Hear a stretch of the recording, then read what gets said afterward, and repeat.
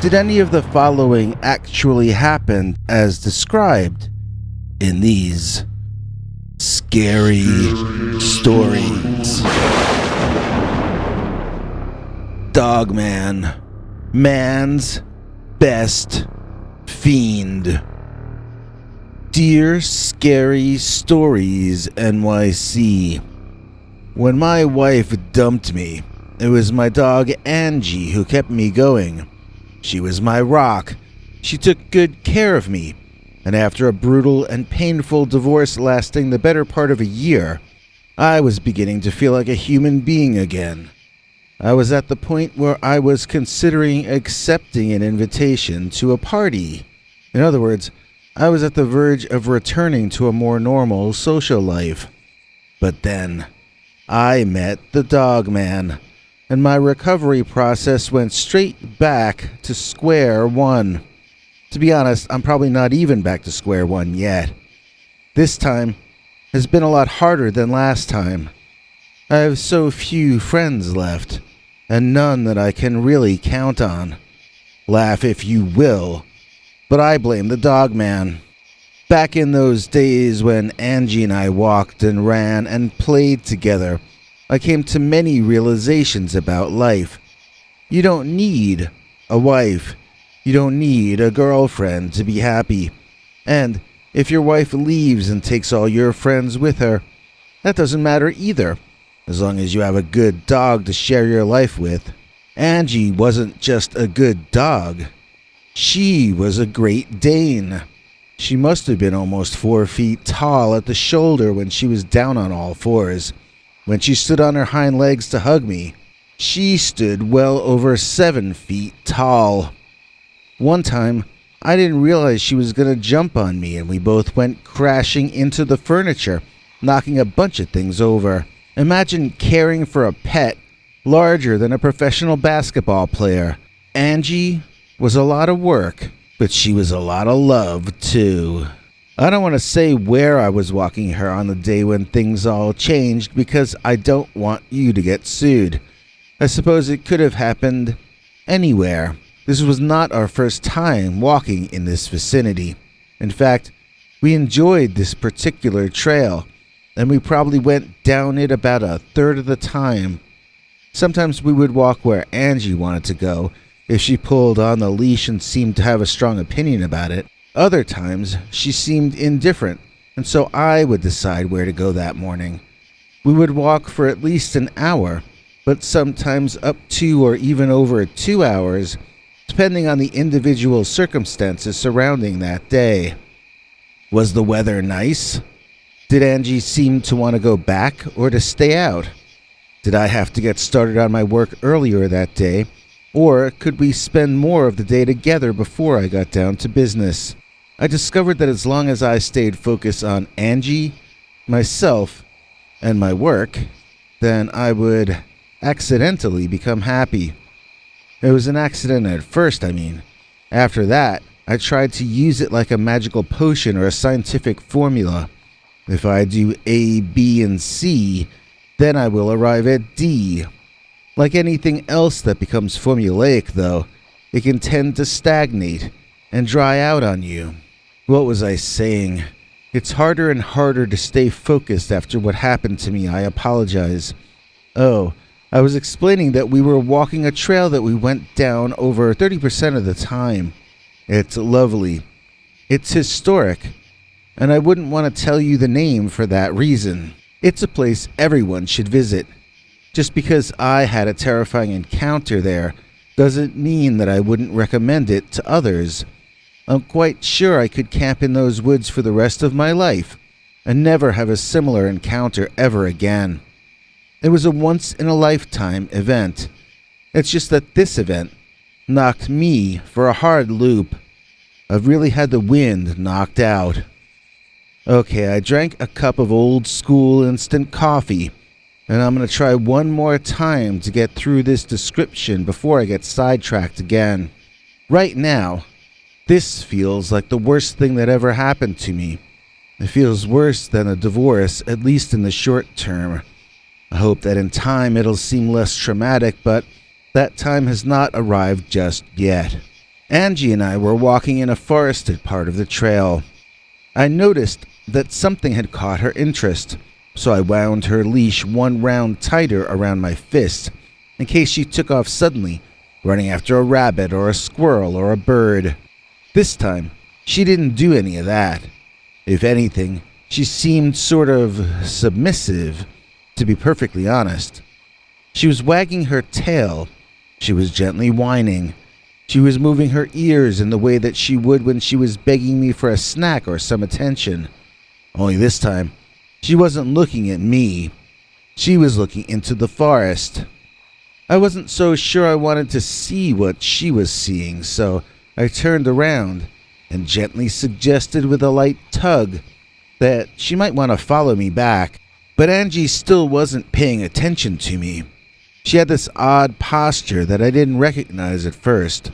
She was still trying desperately to appear submissive to something off in the darkness of the tree cover, out of my line of vision. She was trying to ignore me, or maybe she was even acting sort of embarrassed of me. I remember how my older sister would act toward my parents when her first serious boyfriend was around, and I had a horrible feeling inside. Was there a male dog out in those woods? Is that what Angie was reacting to? I began to squint into the darkness, still not making anything out, but trees and shadows. There was a crashing of leaves and small branches, and Angie began yipping and wagging. She made herself get down low to the ground and appeared happier than she'd ever been in her life. I looked toward where she was bowing down, and I beheld one of the Nephilim emerging from the forest, or one of the Anunnaki. I mean, it was an ancient being or archetype or some such thing. It seemed like a giant man was showing himself to us, but the man's head was canine in nature, with big dog ears that were placed on top of its head, not on the sides like ours are. This dog-headed giant stood 10 or 11 feet in height, taking my breath away and leaving me stunned and utterly transfixed with what I was witnessing. Falling forward, the dog-headed behemoth landed on its two hands on the ground, creating such a reverberation that I was literally lifted off the ground when the shockwave reached me. Even down on all fours, this beast's eyes were leveled to my own, and I am 6'3" and a half. It began to turn its head in my direction, and I knew better than to match its stare.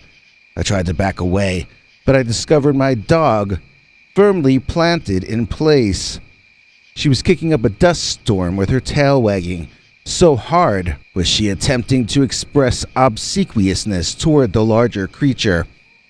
I loosened the leash a bit, but I still tried to get Angie to come home with me. She was having none of it, and the dogman was increasingly unhappy with my presence in the situation. Imagine that you were me. I would have gladly given my life for Angie if she needed me to save her, but she wasn't asking me for help. In fact, she was embarrassed by me. She wanted me to go. If that giant dog thing went for me, I don't think she would intervene, even if there were anything that could be done to stop him. I watched as the dogman gently lifted my Angie up, and she did the rest herself. Soon, she was standing there bipedally as well, over 7 feet, and the dogman was however much taller. I was going to end up being the wedding feast if I didn't leave, but at the same time, I knew I was walking away from my only friend in the world. I've tried recently to reach out to former friends and relatives who seem to regard themselves as former friends as well. Even the ones who were polite treated me like I was crazy. The majority just made it clear they regard me as a nuisance. I'm looking into finding therapy that I can afford, and I may have found something.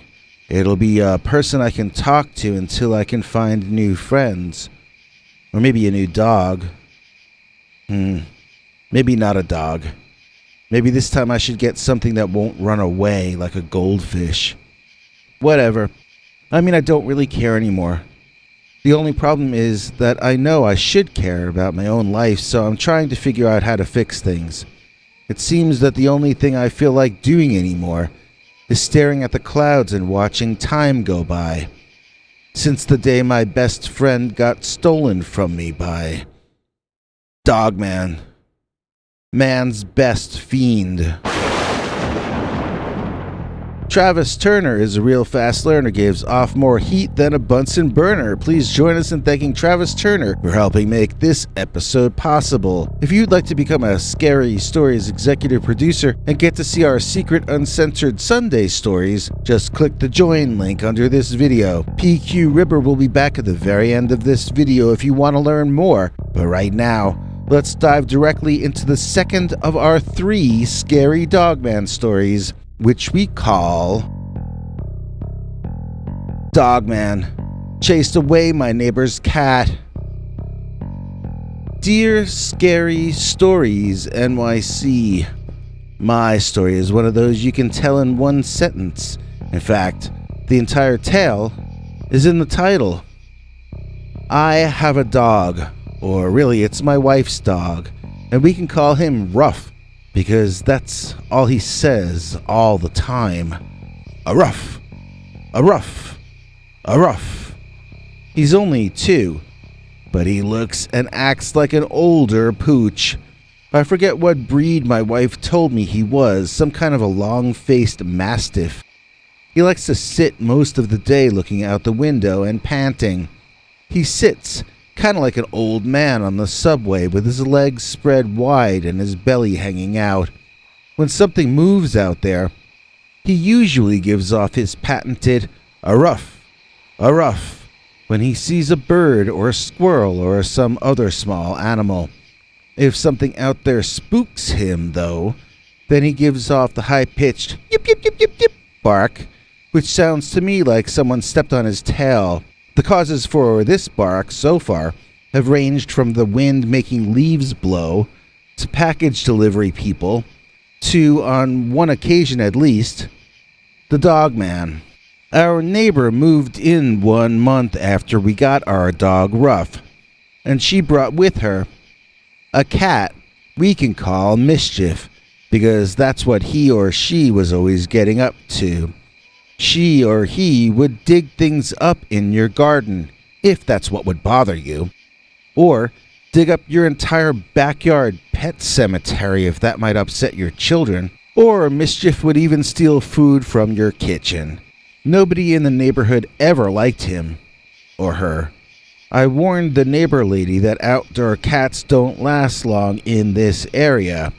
She didn't care.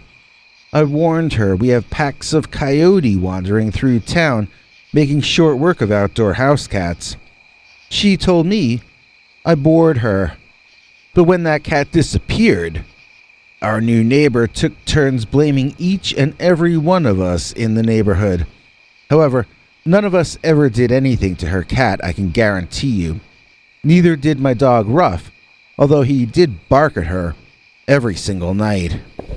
That was probably the most annoying thing that Mischief did now that I think about it. I'm talking about when Mischief would do nothing. When she or he would sit on the fence between our 2 properties, grooming itself for over an hour. That would drive my dog Ruff crazy, which resulted in his barking slowly and rhythmically for extended periods of time. He could go 15 or 16 consecutive ruffs in a row before needing to catch his breath. Then, he'd usually launch into at least 10 or 12 more. It was repetitious, but the rhythm kept breaking off and starting over again, so it was even more annoying. He could start doing it morning, noon, afternoon, evening, midnight, 3 a.m. It could happen any time. And my dog would always notice the cat there and be unable to prevent himself from issuing his slow-motion doggy warning siren. Although I had nothing to do with the eradication of this neighborhood menace, I did happen to, just purely by chance of course, see enough that I can be certain the cat did not perish by human hand. I'll tell you what I saw, and then you can decide for yourself what happened. I was having a hard time sleeping one night. The dog had been barking endlessly for one thing. I got up to get some aspirin for myself, and while I was in the bathroom swallowing them, I heard Ruff's barking switch from his usual Ruff barking at the cat sound to his far more rare, high-pitched yip yip yip yip yip sound, which meant something had spooked him. Curious, I ran downstairs as quickly as I could on my tiptoes, finding the dog immediately in his usual spot looking out the window. And what he was looking at was the cat on the fence, as usual, grooming itself. I didn't understand why the dog sounded so spooked.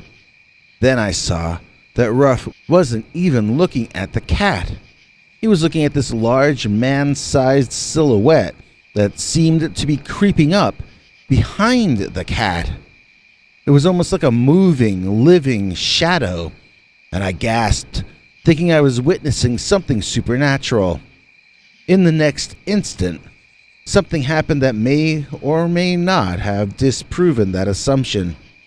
The shadow solidified into a form, and that three-dimensional, hairy, monstrous form raised itself to a height no man has ever reached.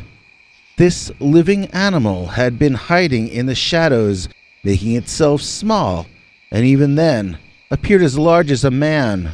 Standing up to something somewhat closer to its full height, it was clear that this was a hairy, dog-headed animal, so immense that I think even a bear would have run from it in terror. I saw it move toward Mischief the cat, and I saw it move away quickly to disappear in the night, but Mischief was no longer where he had once been. Ruff had been yipping at the shadow of the huge Dogman he had noticed.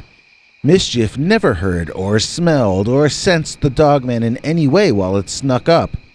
I couldn't be certain what had happened to the cat, since there was not a sound made as the Dogman's shadow swept past it. I just know that my wife's dog, Ruff, stared blankly at the scene, panting for a while, then settled down, and finally went to sleep. I soon followed suit myself. When the cat never showed up again, of course, that neighbor lady made enemies out of everyone who lives around here. It took her some time and a lot of effort, but she succeeded smashingly in becoming the least liked person around. She hasn't bought another cat yet, at least not so far. If she does, I hope she keeps it inside because Dogman chased away my neighbor's cat. I saw Dogman cloak himself. Dear Scary Stories NYC. I was listening to a podcast recently in which this guy was describing a Dogman he saw as a terrifying but ultimately dumb animal. I was truly shocked by that description. I don't think he meant it as an insult. He was saying that the Dogman is just like a bear. It's hungry, it's unpredictable, and it can destroy without thinking. I had an eyewitness encounter with what at first looked like a Dogman too, but I have a deep-seated fear that the Dogman is actually extremely intelligent. To me, that makes him even more frightening than a dumb savage beast could ever be. The Dogman is capable of that kind of ferocity, yes, but he is also intelligent, and he can direct that savagery with his even more fearsome intelligence. I feel this way because I saw Dogman cloak himself. I did not, as far as I recall, see the Dogman utilizing a device, so I don't know for a fact that his predator-style cloaking was the result of technology.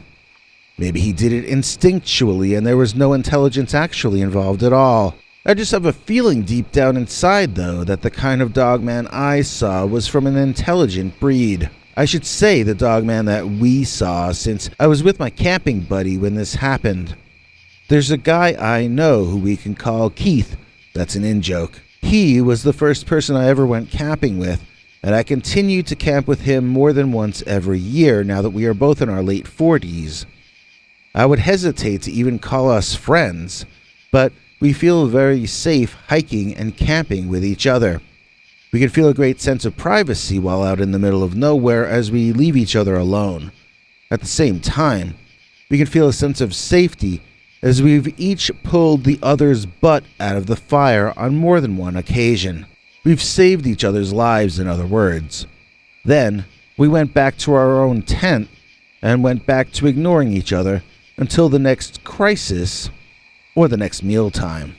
So, Keith and I had just packed up from camping and we were hiking back to where we had parked our ride out of there the week earlier.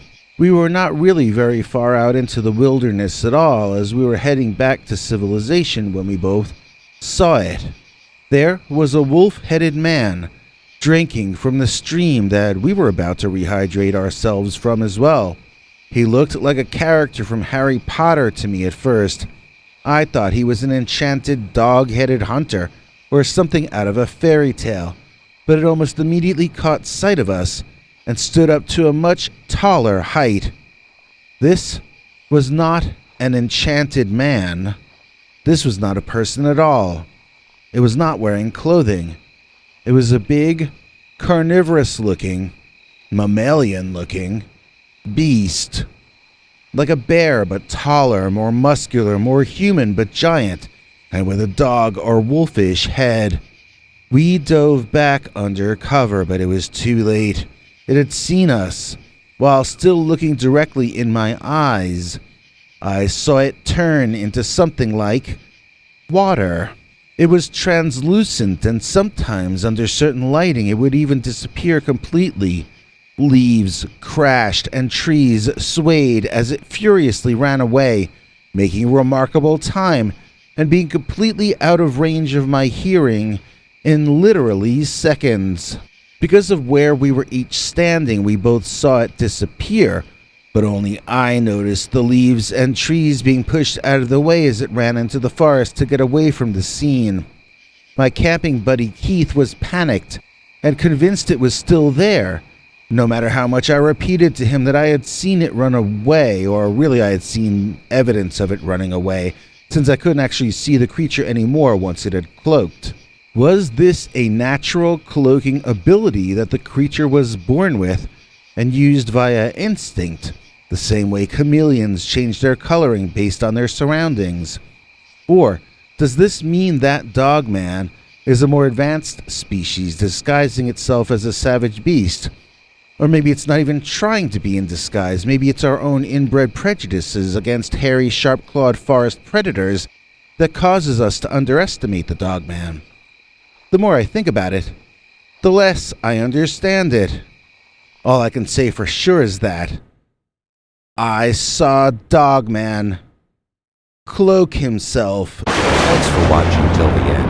If you liked what you saw, please consider clicking like on the video or sharing it. You can become a channel member by clicking the join link below. Then you can check our community page to find the links to 10 hours or more of secret, uncensored Dogman stories too wild to be told on this channel. Your other option is to join our paid subscribers club at peterbernard.com. That's Peter's homemade club, where he will personally email you the links as well as occasional secret club messages. You may also be included as an executive producer in a future episode.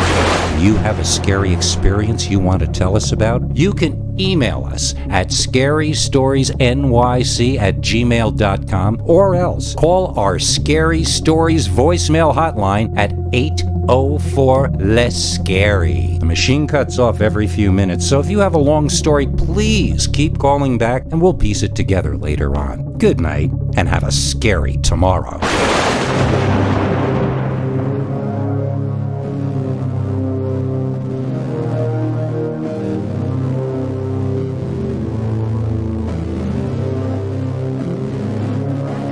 Come back for more scary stories.